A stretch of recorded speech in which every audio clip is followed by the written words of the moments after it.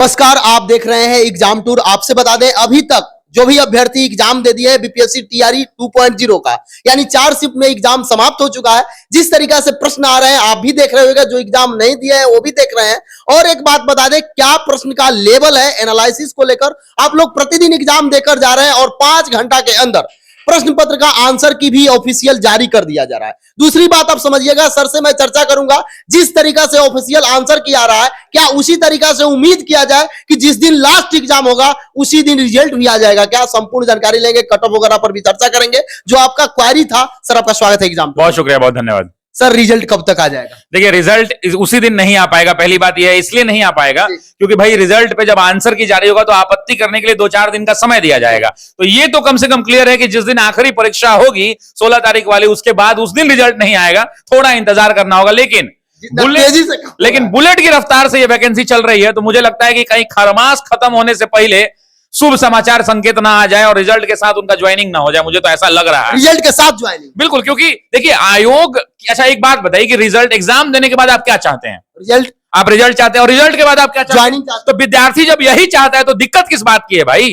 दिक्कत किस बात की? आप चाहते हैं कि आप परीक्षा दें, आपका रिजल्ट जल्दी आ जाए। रिजल्ट आ रहा है, आप चाहते हैं कि रिजल्ट आने के बाद जल्दी ज्वाइन करा ले, तो सरकार भी आपको सैलरी देने के लिए तैयार है। आप कमर कस लीजिए। ये बीपीएससी वो बीपीएससी नहीं है, ये अतुल प्रसाद सर वाली बीपीएससी है। और इतिहास के स्वर्णिम पन्नों में इतिहास में लिखा जाएगा कि अतुल प्रसाद जैसे सर जैसे लोग बीपीएससी के चेयरमैन बनने थे, जिन्होंने पूरी व्यवस्था को ही परिवर्तित कर दिया और लोगों को और भारतवर्ष के आयोग को बता दिया कि देखो और बिहार से भी कुछ सीखो। जिस तरीका से माननीय मुख्यमंत्री जी बोलते हैं के पाठक सर 2 माह के अंदर ज्वाइनिंग करा दीजिए, क्या उसको अक्षरशः सत्य करने के लिए 2 माह? तो लग रहा है कि 2 माह से 60 दिन होता है, उससे पहले हो जाएगा। और इसमें कोई बुराई मुझे दिखती नहीं है इस बात पर कि भाई एग्जाम के बाद रिजल्ट जल्दी आ रहा है और रिजल्ट के बाद फाइनल ज्वाइनिंग भी हो जा रही है। लेकिन सर यहां देखा जा रहा है तो अतुल सर इतना फास्ट काम कर रहे हैं, लेकिन वही बीपीएससी टीआरई 1 का अभी तक जो सप्लीमेंट्री रिजल्ट है उसको लेकर वहां पे थोड़ा सा डाउन। पहली बार ये परीक्षा हुई थी शिक्षक भर्ती की, तो बहुत सारी प्रक्रियाएं निहित होती हैं। कोई भी चीजें सरकारी नियम अनुसार चलती हैं। सरकार को कोर्ट में जवाब देना पड़ेगा अगर वो नियम से नहीं चलती हैं। तो कुछ ऐसी निहित प्रक्रियाएं होंगी जिनका अनुपालन कराया जा रहा है। अन्यथा ये बात आप समझ लीजिए कि आयोग जितने तत्परता के साथ कार्य कर रहा है, जितनी ट्रांसपेरेंसी के साथ काम कर रहा है, ये शायद बहुत कम देखने को पहले मिला है। और अब जिस रफ्तार से काम कर रहा है वो बाकी शानदार है। जिस तरीका से इस शिक्षक भर्ती में 75% आरक्षण नियम का पालन किया जाएगा, तो इसमें यदि कट ऑफ को लेकर देखा जाए तो सबसे अधिक किन विद्यार्थी को लाभ मिले? देखिए, कट ऑफ पे जब आप मुझसे पूछते हैं तो मैं आपसे एक सवाल पूछता हूं कि अभी कट ऑफ की परिचर्चा नहीं करनी चाहिए। विद्यार्थी कर रहे हैं सर। मैं विद्यार्थियों को समझा रहा हूं, इस बात के लिए चेत जाइए यार। इस बात को समझिए कि कट ऑफ अभी कैसे जारी किया जा सकता है। हम कैसे बता सकते हैं? मैं एक शिक्षक हूं, मैं किस प्रकार मैं एक एवरेज अनुमान दे सकता हूं, लेकिन वो एवरेज अनुमान सत्य ना होना और असत्य होना या सही होना, वो गलत होना, वो अलग चीज है।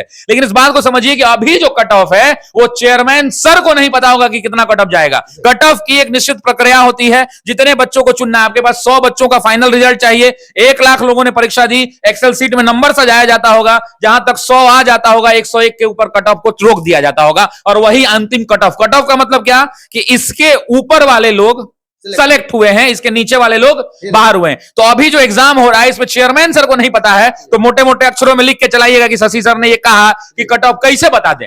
और हमको ज्ञान देने की आदत नहीं है। और सुन लीजिए एक बात और, परीक्षा हॉल से बाहर निकलने के बाद हर मास्टर को और हर विद्यार्थी को ही लगता है कि पेपर बहुत आसान था, लेकिन आप बच्चे की मनोस्थिति को नहीं समझ सकते हैं जो उतने डीप प्रेशर में बैठ के परीक्षा दे रहा है। आप उस मनोस्थिति को नहीं समझ सकते हैं कि वो किस हिसाब से प्रेशर गेम को झेल रहा है। नॉलेज है, लेकिन नॉलेज के बाद प्रेशर जब पड़ता है तो आती हुई चीजें गलत हो जाती हैं और वो परीक्षा पर असर डालती हैं।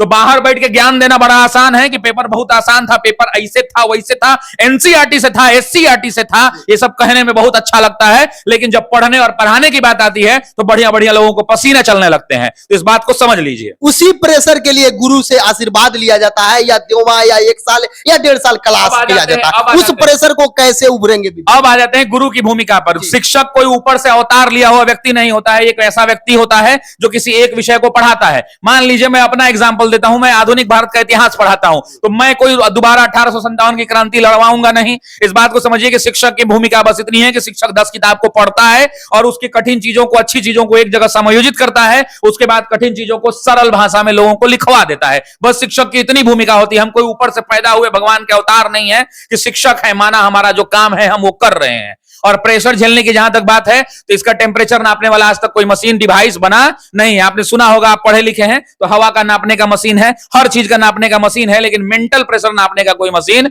नहीं है। विद्यार्थी काफी होशियार हैं, काफी इंटेलिजेंट हैं। ये रील देखने वाली दुनिया है, ये वो दुनिया है जब जरूरत पड़ती है तो सरहद पर अपनी वतन को खून भी देती है। ये वो दुनिया के बच्चे हैं, तो इनको समझाने की बहुत आवश्यकता नहीं है। काफी इंटेलिजेंट बच्चे हैं और इनको पता है कि समय का उपयोग कैसे करना और प्रेशर को कैसे झेलना है। ये मुस्कुराना भी जानते हैं और हंस के रिजल्ट लेना भी जानते हैं। 4 शिफ्ट का एग्जाम समाप्त हो गया है, लगभग सभी शिफ्ट का आप प्रश्न देखे होइएगा। एक शिक्षक होने के नाते या अभ्यर्थी लगातार कमेंट कर रहा है उसको लेकर, देखिए, तो सर आप जो देखे हैं उसके अनुमान से, उसके अनुसार से बच्चे जो आने वाले समय में एग्जाम देने जाएंगे वो क्या कर ले। देखिए, 2-3 चीजें हैं, इस बात को समझिए कि प्रश्नों का जो डेफिनेट स्तर है उसमें जीएस जो जनरल पेपर हो रहा है, जो कॉमन पेपर हो रहा है, उस पेपर में बहुत दम नहीं है।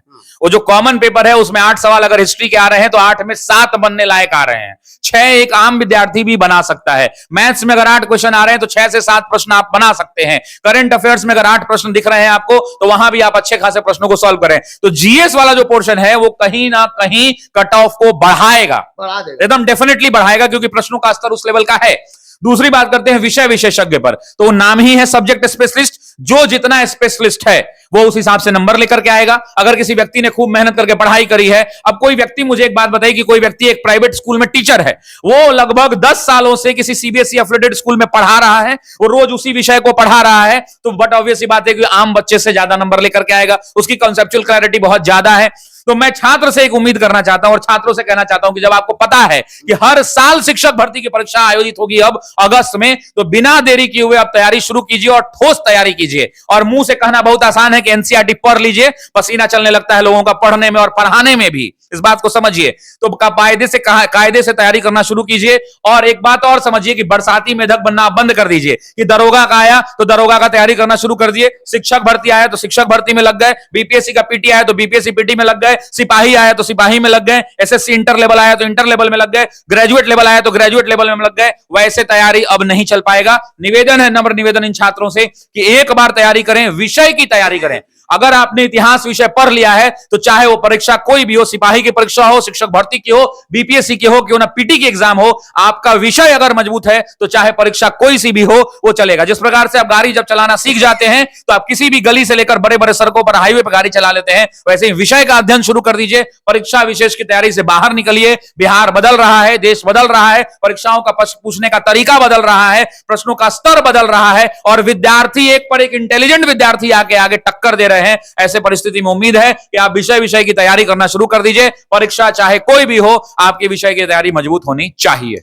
जिस तरीका से जब बीपीएससी टीआरई 1 का एग्जाम समाप्त हुआ, रिजल्ट भी आ गया, सब कुछ होने लगा, उसके बाद में लगा देखने की किस विद्यार्थी का सिलेक्शन हुआ, उनका बैकग्राउंड क्या है। तो उस बार मैक्सिमम देखा गया था सर कि जो अभ्यर्थी थे कहीं ना कहीं प्राइवेट संस्थान में पढ़ाया करते थे या मतलब एजुकेशन से जुड़े हुए थे, वो चाहे कोचिंग कराए बच्चों को या कुछ भी कराए। क्या उस उम्मीद में इस बार भी ज्यादा वही बच्चे? अच्छा, जिनका सिलेक्शन पिछली बार नहीं हुआ होगा फिर से दौड़ेंगे रेस में दौड़ेंगे। सबके लिए रेस बराबर है। जो जितनी ऊर्जा के साथ दौड़ेगा, जो जितनी तत्परता के साथ दौड़ेगा, जो जितना कलम घिस के दौड़ेगा, सफलता उसको मिलेगी। इसमें हम और आप रोक सकते हैं क्या? क्या कोई आपको मना कर सकता है कि आप प्राइवेट स्कूल में टीचर हैं, आप फॉर्म मत भरिए?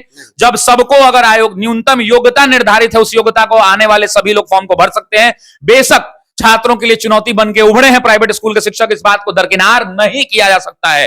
ये तय है। आप जाइए, माइक उठाइए, कैमरा उठाइए और पटना और बिहार के बड़े बड़े प्राइवेट संस्थानों में, स्कूलों में घूम जाइए, आपको हर जगह टीचर की कमी होगी। हुई है या नहीं हुई है? हुई है, कंफर्म हुई है। आपके इलाके में हुई है तो वैसे पूरे बिहार भर के अंदर में बड़े बड़े संस्थानों, जो स्कूल प्राइवेट स्कूल चल रहे थे उनके अंदर में, तो सरकार को ट्रेंड आदमी मिल गया, टीचर्स मिल गए, लेकिन उसमें उनकी कोई गलती नहीं है। गलती इसलिए नहीं क्योंकि खुला प्रतिस्पर्धा था, दौड़ थी, न्यूनतम योग्यता थी, अर्हता थी, उन सब की उन लोगों ने पूर्ति की और जाकर परीक्षा दिया। तो जो छात्र हैं, जो विद्यार्थी हैं, उनसे बस एक निवेदन है कि अगर आपका लक्ष्य शिक्षक भर्ती परीक्षा है या बिहार की कोई परीक्षा है तो उसमें कुछ ही चीजें पूछी जाती है। एक जीएस का पोर्शन आता है और एक विषय विशेषज्ञ आता है। जीएस को ऐसे पढ़िए कि सिपाही से लेकर जिस एग्जाम की आप तैयारी करें, कांस्टेबल हो, सब इंस्पेक्टर हो, बिहार शिक्षक भर्ती हो, बीपीएससी हो, सचिवालय इंटर लेवल हो, सचिवालय ग्रेजुएट लेवल हो, सबके जीएस को कंप्लीट कर लीजिए। और उसका एकमात्र तरीका है कि परीक्षा ओरिएंटेड छोड़ करके विषय ओरिएंटेड पढ़ाई शुरू कर दीजिए।